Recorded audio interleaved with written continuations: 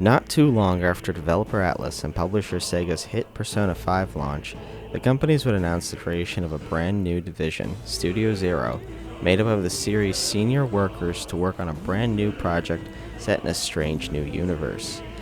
Much like Persona 5's development time, this project ReFantazio more or less disappeared right after its announcement, and I was partly ready to throw it alongside the likes of Beyond Good and Evil 2.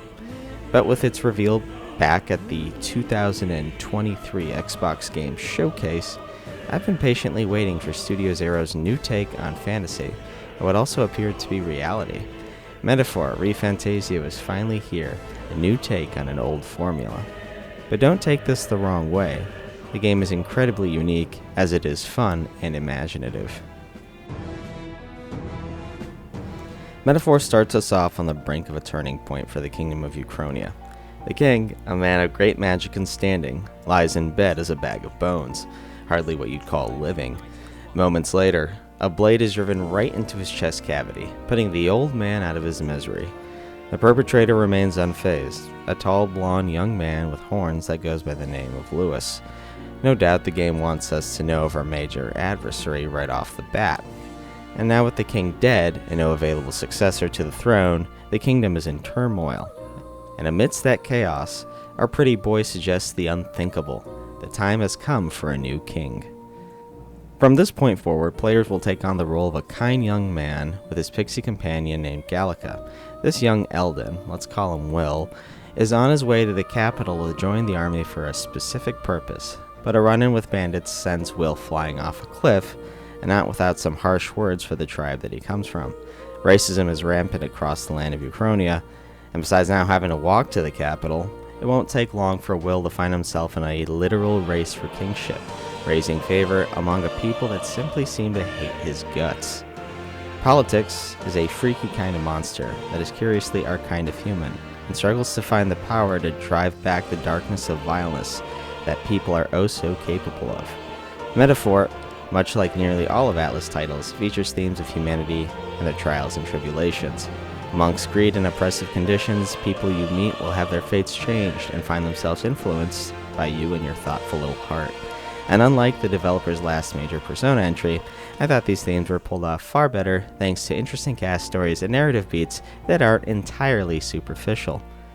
Our kingdom and its surrounding cities are not welcome places, clearly evidenced by the game's strong use of gray and smoke effects, but also by the many poor and sickly that are lying about in the slums of the capital and the like. But even then, a lying drunkard out on the streets is more than happy to tell your Elden Derveer to keep a pole's distance. Metaphor's world might be fantastical, but has its fair share of grounds in our reality. The irony is all more palpable when Will takes out his prized book for others to read. A fantasy land that details the magic and harmony among the people of a world that appears to be quite similar to our own. And in this kingdom, people seem to be able to use magic fate pens. I thought that was pretty interesting.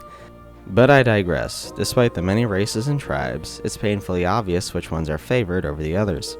On one hand, I appreciate the discussions of intolerance among people and how nearly all but the ruling powers suffer for it.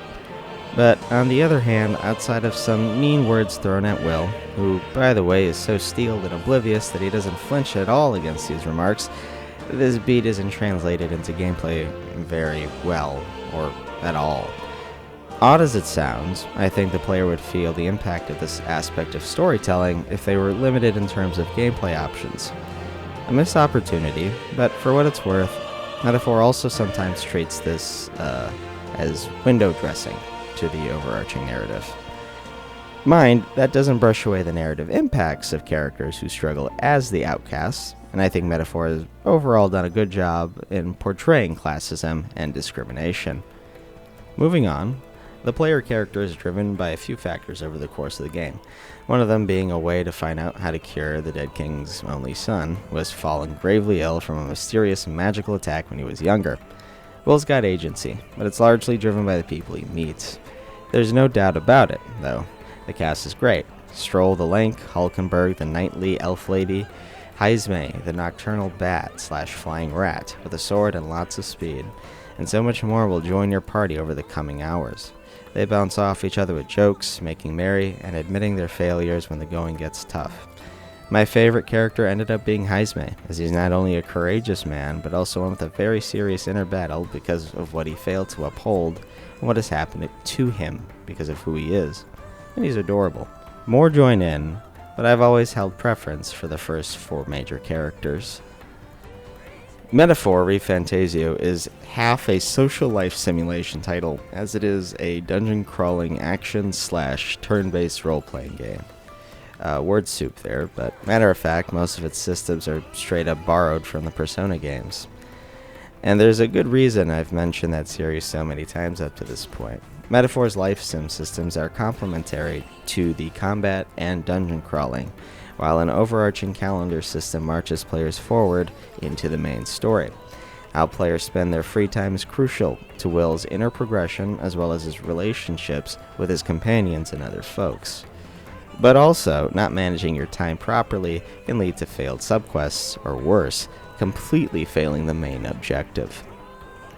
Let's start looking at Will's 2 key functions when not in a dungeon. The kid's got 5 royal virtues, think social stats for Persona, that desperately need leveling because these stats are what's going to help you advance relations with your followers and other specific quest prompts.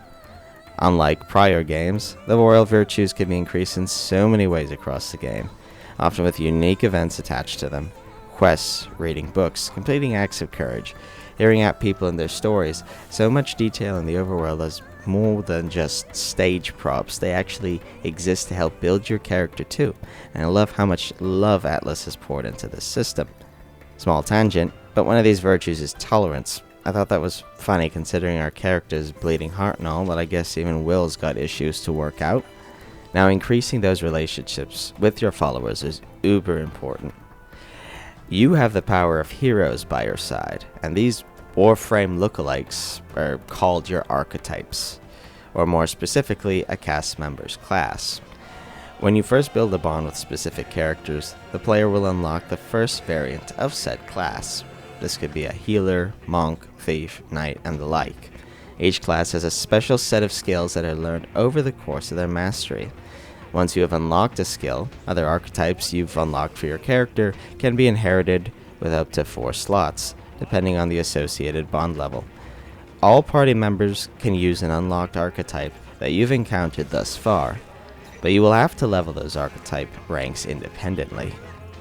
In a way, this is a much simpler system than simply fusing personas or demons, but the combat system remains engaging thanks to a varied number of enemies, unique encounters, as well as the new movement options added during combat sections. One of the things Metaphor has done is yanked one of my favorite quality of life features, insta-KOing low-level enemies, and expanded it into this new action system of sorts. In dungeons, unlike before, when you need to approach and strike baddies from behind to gain the upper hand, Metaphor instead has you play a simple hack and slash where you break the enemy's guard meter and then follow it up with an all-out squad attack into the game's turn-based combat system, provided you don't already defeat the enemy. That is, if you choose to jump into the turn-based combat system, you can easily strike an enemy into a stupor, and instead dodge roll away into safety, or continue to attack the bad guy until it dies. Mind, the game doesn't want you to do this, because as soon as an enemy strikes you, you're in for a rough time.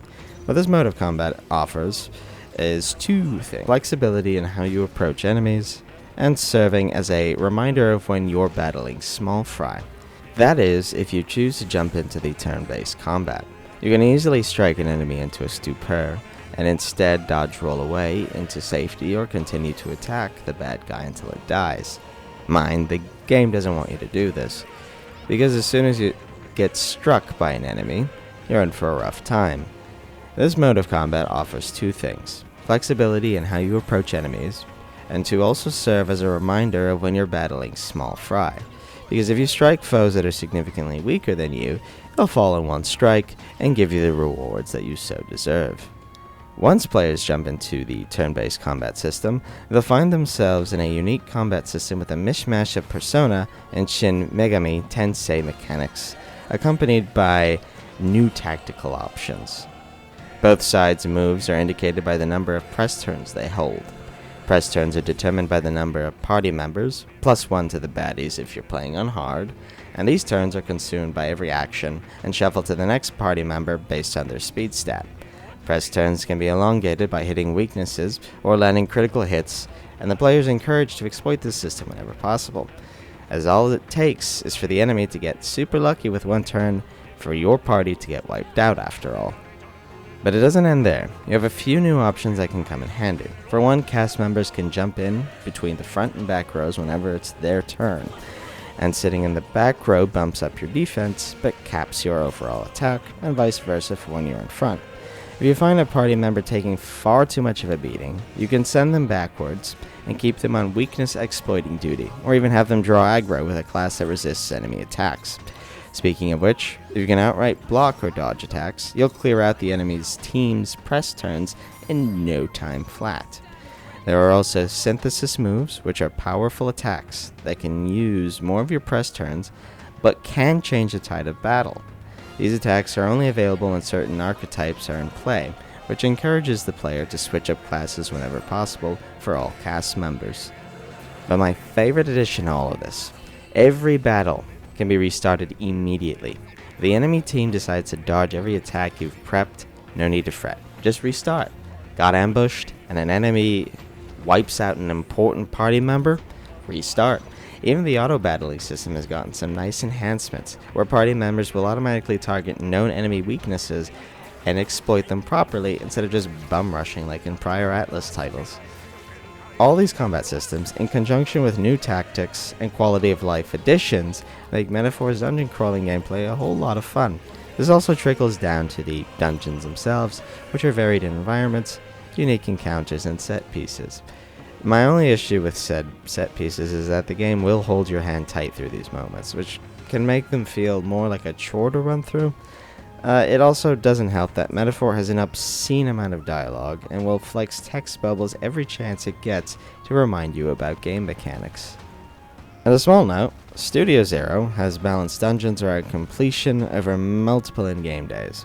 While it's still totally possible to finish a dungeon in one day before its deadline, you might find yourself starved for resources and the like, a lot more than prior games.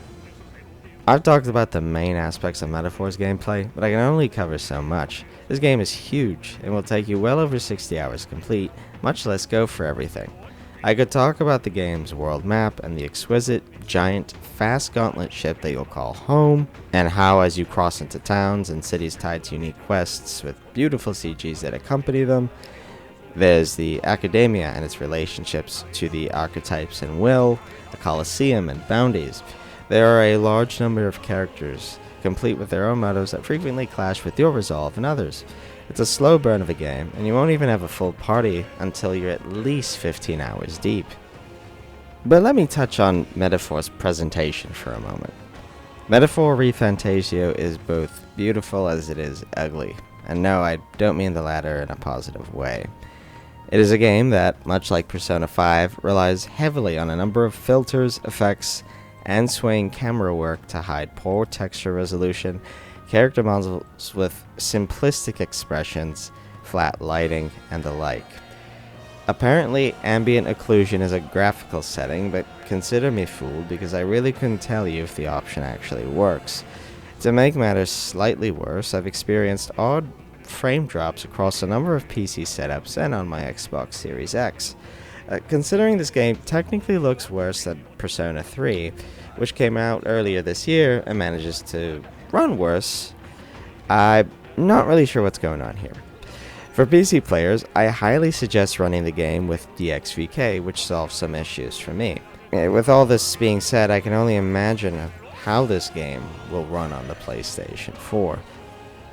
So it's a good thing Metaphor has such incredibly strong art, character, and environment direction.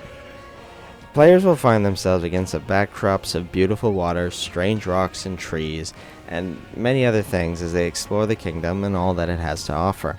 Watercolored menus with direct inspirations to Renaissance-era artworks are littered all over, as are transitions between said menus and into the 3D world. There are a lot of character portraits, A character artist Soejima and company have poured a lot of detail into their expressions and their overall designs. Music is fantastic, a return to familiar beats by Shoji Meguro, where strong bombast with a very good Yeolden fall chanting rapper shreds wisdom and violence upon its audience. Dungeons carry variations when you're simply running about or entering combat, the drums taking the stage as that all goes down. The score knows when to settle down, with town themes and conversations being carried by soothing violin strings and softer percussions, and the occasional synths that come into play. Most importantly, I'm glad I don't have to listen to the Velvet Room's theme for at least a few more years. Metaphor's world design is almost dreamlike, down to the very storybook of irony that Will carries around with him all the time. The cast bonds together incredibly well, and I love how everyone has a part to play in this fantasy land of pixies, a race for the throne, dog and box-headed races, and the like. The artwork is gorgeous, the music is splendid, mixed in is a simple yet fun combat system complete with unique overworld encounters in the dungeons and out about in towns. I have no metaphors for this. Metaphor ReFantazio is a fantastic RPG for all.